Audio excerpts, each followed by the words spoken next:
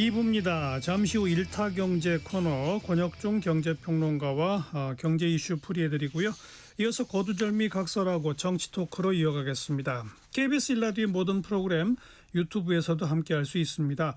실시간 방송 보실 수 있고요. 정치, 경제, 사회문화 다양한 주제의 콘텐츠들 마련되어 있어요. KBS 1라디오 유튜브 채널 구독, 좋아요, 댓글 부탁드립니다. 토요일 2부 출발하죠.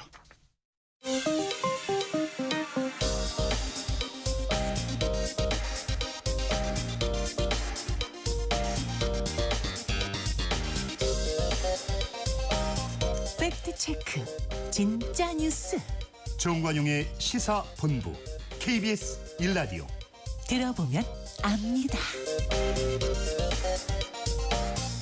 권혁중 경제평론가 나오셨습니다. 어서 오세요. 네, 안녕하십니까. 설날 가장 부담되는 게 세뱃돈이 1위라면서요? 네, 맞습니다. 이 세뱃돈이 이게 요즘에는 뭐 정 단위로 이렇게 인식되는 게 아니라 이 체감 물가 단위로 좀 많이 인식이 되는 것 같아요. 네, 그 정도로 이제는 세뱃돈이 이제 부담되시는 분들이 굉장히 좀 많아지고 있는데, 근데 이제 설 앞두다 보니까 많은 분들이 궁금해한 게 이겁니다. 아, 이게 설 세뱃돈을 얼마를 줘야 되나? 그러니까요. 예, 이거 궁금하실 텐데. 조사된 바가 있죠? 그렇습니다. 예, 카카오페이가 그 송금봉투 데이터를 이제 분석을 했습니다. 그래서 작년에 과연 이 송금봉투 데이터로 얼마의 세뱃돈을 줬는지를 이제 분석해 봤는데, 네. 중고등학생에 줬던 이 세뱃돈이 한 10만 원 비중이 1위를 차지했습니다. 한 42%를 차지했는데, 근데 이게 의미가 있는 게 2024년도 같은 경우는 5만 원이 1위였거든요. 근데 1년 사이에 이제는 10만 원이 대세로 자리 잡은 거죠. 인상됐군요. 예, 그렇습니다. 그래서 이제는 기준선이 이젠 중고등학교 학생들한테 세뱃돈은 10만 원이구나. 네. 이렇게 이제는 인식이 되어 갔고, 이게 뭐 이런 느낌인 거죠. 이제 안 주면 눈치 보는 시대가 이제 온 거예요. 어허. 그래서 이제는 좀 부담스러운 네. 부분들이 좀 왔다 이렇게 생각해 봅니다. 근데 성인 자녀는 부모님께도 명절 용돈 드려야 되잖아요. 맞습니다. 그건 얼마나 됩니까? 지금 이제 같은 데이터를 분석해 봤더니 부모님께 평균적으로 한 22만 7천 원을 들었다고 합니다. 그러니까 이제는 세뱃돈도 줘야 되고 자녀분들에게 또한 부모님에게도 용돈을 주는 세대, 한마디로 30대 40대 분들이 좀 많이 부담스러운 게 지금의 이제 현 상황인 것 같고요.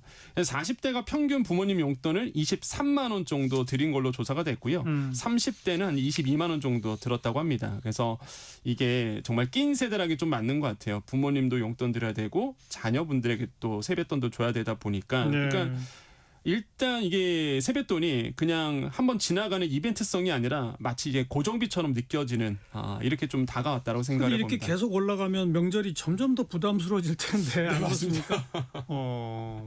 무슨 대안 없을까요? 그러니까 이게 사실상 뾰족한 물가가 계속 오르다 보니까 그건 뾰족한 대안은 없고 그냥 좀 합의를 먼저 하시는 게 굉장히 좋을 것 같아요. 그러니까 학생들에게 뭐 중학생은 얼마, 고등학생은 얼마 이렇게 조금 뭐 가족끼리 얘기를 나눈 것도 기준선을 정하는 것도 하나의 방법일 것 같고요. 또 하나는 피할 수는 없잖아요. 어차피 줘야 된다 그러면 소비 교육으로 좀 계기가 될 수 있도록 좀 연결해서 아이들 교육도 같이 시켜주는 게 낫다 이렇게 네. 보여지는데 네. 이게 최근에 예가 좀 있었습니다. 그 중국에서 SNS상에서 큰 화제가 된 이 이슈가 있었는데, 그러니까 중국 소녀가요 세뱃돈을 받은 거를 3년 전부터 금에 투자했다고 해요. 허허. 그래서 그 수익률이 무려 60%가 올랐다고 합니다. 그래서 이게 좀 더 올랐을 텐데. 아마 그랬을 것 같은데 현재 보면은 그렇다고 해요. 그래서 네.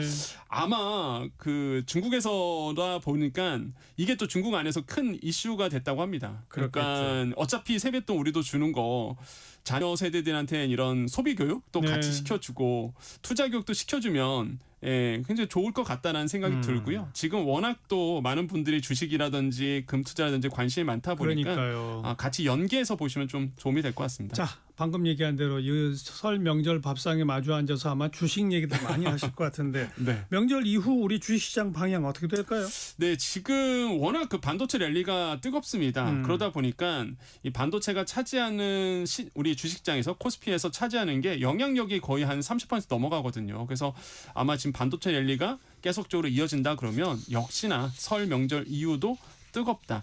지금 워낙 어느 정도 뜨겁냐 그러면 보통 우리가 명절 앞두고는요 항상 매도세가 나와줬거든요. 현금을 확보해야 되니까. 맞습니다. 그래서 현금 왜냐하면 연휴가 길다 보니까 어떻게 될지 모르잖아요. 네. 그래서 일단 빼시는 분들이 많았는데 이번에는 전혀 아니었습니다. 그래서 명절 리스크를 완전히 깨버렸고 그러다 보니 주식시장이 이렇게 뜨거운 이유가 반도체 때문이고 반도체 열기가 식지 않으니 설 명절 이후도 계속적으로 좋은 흐름을 이어갈 수 있다. 네. 이렇게 지금 보고 있고요. 네. 특히 지금 워낙 지금 삼성전자, SK하이닉스의 실적이 잘 나오고 있습니다. 그래서 이번 연도에 합산 영업이익이 300조 원을 넘어갈 거다. 이런 전망도 나오고 있고 예. 두 번째는요. 삼성전자에 지금 엄청난 이슈가 하나 있었죠. HBM4에 대해서 양산 출하를 시작했습니다. 엔비디아에 팔기 시작했잖아요. 네, 맞습니다. 이게 정말 큰 이슈거든요. 예, 이 반도체를 투자하신 분들에게. 그러니까 이게 실제 HBM3E에서는 기술이 뒤처졌는데 삼성전자가 이제는 전략으로 삼았던 게 좋아. 그러면 4로 우리는 바로 넘어간다. 그러니까요. 이게 현실화된 거예요. 맞아요. 그래서 지금 삼성전자에 대한 훈풍이 뭐 설 명절 연휴 시작하기 전에 금요일 날에도 좋은 흐름을 네. 이어갔고 네. 지금 게시판에 가보면 SK하이닉스 주주들과 삼성전자 주주들이 좀 이렇게 다툼이 있습니다. 우리가 더 잘 나간다. 둘 다 잘 나가긴 하는데 삼성전자가 지금 HBM4를 먼저 치고 나왔기 때문에 그래서 삼성전자 투자자들은 우리가 더 잘 나간다. 이렇게 하면서 이제는 서로 재밌는 이슈를 벌이고 있는데 어쨌든 간에 삼성전자, SK하이닉스에 대한 기대치는 더더욱 네. 나와주고 있고 그게 실적으로 증명이 되고 있다. 그런데 반도체주는 너무 많이 올라서 부담스럽다 이런 분들 어떤 그 업종에 또 좀 관심이 좀 쏠리고 있습니까? 네, 최근에 증권주가 많이 관심을 갖고 있습니다. 그렇죠. 주시장 예. 화랑되면 증권주 올라가죠. 맞습니다. 그래서 장이 뜨거우면 증권주가 오른다 이 속설이 있죠. 그래서 실제 그 KRX 증권 지수가 1월 한 달 만에 40% 급등했거든요. 네, 네. 그 정도로 스스로 수익도 좋고 무엇보다 앞으로 이제는 대기 자금도 탄탄합니다. 지금 뭐 주식 투자하기 위해서 예탁금도 95조 원 넘어갔고요. 그다음에 B2라고 얘기하죠. 신용융자 잔고도 31조대를 기록하고 있어서 뭐 실탄도 충분하거든요. 예. 그래서 이제는 증권 지수 그다음에 건설주예요. 그다음 주는. 건설? 예. 근데 이게 건설이 요즘에 이제 정부가 아파트 규제하고 집값 규제하다 보니까 이게 왜 올라 그러실 텐데 요즘에 건설주가 단순히 아파트 때문에 이제 훈풍이 부는 게 아니라 바로 이제는 AI 훈풍입니다. 그러니까 AI는 전기를 많이 씁니다. 그럼 전기를 맞춰주려면 원전이 필요할 거고, 예, 원전을 지어야 되는데 누가 짓느냐? 건설 회사가 짓거든요, 사실. 네, 그래서 이거에 AI 훈풍이 불면서 이게 요즘에 원전에 대한 훈풍, AI 훈풍 이게 패키지로 좀 연결이 돼 있어요, 건설주가. 그래서 이런 어떤 테마 형식으로 해서 건설주가 또 크게 올랐습니다. 네. KRX 건설 지수가 한 달 사이에 또 이것도 40% 넘게 올랐거든요. 지금 그래서 지금 흐름이 증권사와 건설주 이렇게 이제는 수급이 좀 몰리고 예. 있는 추세입니다. 예.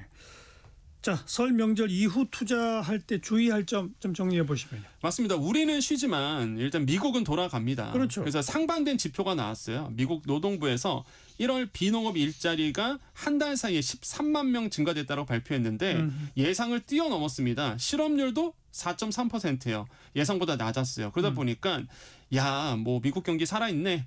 그래서 금리 인하는 좀 밀어줄 수 있다. 그래서 이제는 7월 달에 금리 인하만 되지 않을까라고 있는데 예. 그런 사회에 이제 지난 밤에 CPI 지수, 소비자 물가 지수가 나왔는데요. 2.4% 상승했습니다. 물가가 둔화됐어요. 인플레이션에 대한 우려가 완화됐습니다. 허허. 그러다 보니까 그러면은 뭐 금리 인하해도 되겠네. 그러게요. 그래서 이제 또 시장에 나오는 게 7월이 아니라 6월에도 금리 인하할 수 있다. 그 뜻은 뭐냐면 상반기에 금리 인하할 수도 있다.